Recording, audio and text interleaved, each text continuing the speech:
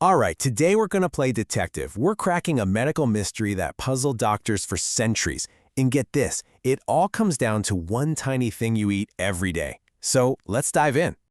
Okay, so let's start with the crime scene.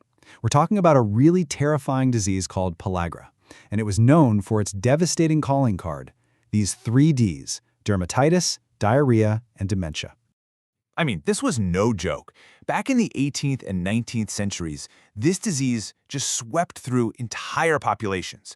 It caused these horrible, painful skin problems, severe stomach issues, and then just a tragic mental decline.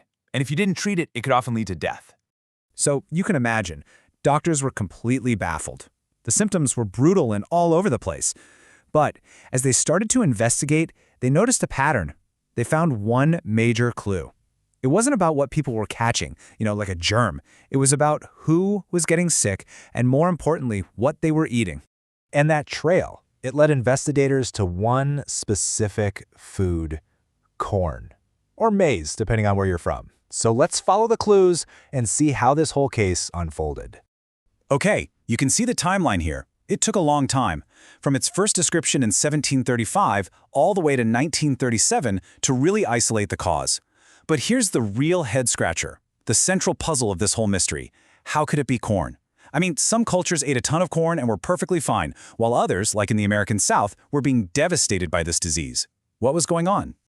Well, the secret, it turns out, was all in the cooking. It's a technique called nixtamalization. Basically, it means treating the corn with something alkaline, like lime water. This is an ancient process, used for centuries in Latin American cultures to make things like tortillas. And doing this one simple thing, it unlocks the hidden hero of our story. And that hidden hero, the Pelagra preventing factor that scientists were hunting for, it was finally identified. It's a vitamin, specifically vitamin B3, which you might also know as niacin. Okay, so great, it's a vitamin. But what does it actually do? Why is it so important? Well, think of your body like a giant, bustling factory. Every single machine inside that factory needs power to run, right? This is where vitamin B3 comes in. When you eat it, your body turns it into these little molecules called NAD. Now, NAD acts like a whole fleet of delivery trucks. They pick up energy from the food you eat, and then they drive that energy to all of your cells to power literally everything you do. Without enough B3, you don't have enough delivery trucks. Your whole energy system just grinds to a halt, and that's what caused those awful symptoms of Pelagra. It shows you just how crucial this one little vitamin is. The good news is, today, this kind of severe deficiency is pretty rare in most developed countries. And a big reason for that is because we now fortify foods, like flour, with niacin. But you can also get plenty of it just from eating a balanced diet. So where should you be looking for it? Check out this list. Fish like tuna and salmon are absolutely packed with it. But you can also see great sources like peanuts, chicken, even mushrooms and avocados. It's in a lot of different stuff. And this chart really paints a picture, doesn't it? Look at tuna way up there and peanuts, and then look at corn way down at the bottom. Now you can see exactly why a diet based only on unprocessed corn could cause such a huge problem. There just aren't enough of those energy delivery trucks to go around.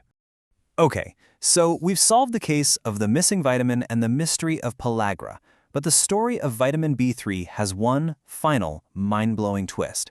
And for this one, we have to look to outer space. Now, I'm not kidding. Scientists have actually found vitamin B3 on meteorites. I'm talking samples from asteroids Ryugu and Bennu.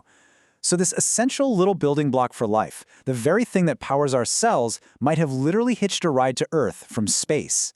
And that just leaves you wondering, right? If something as essential as a vitamin could have been delivered to Earth from the cosmos, what other building blocks of life came from the stars? It's a pretty incredible thought, and that's our explainer for today.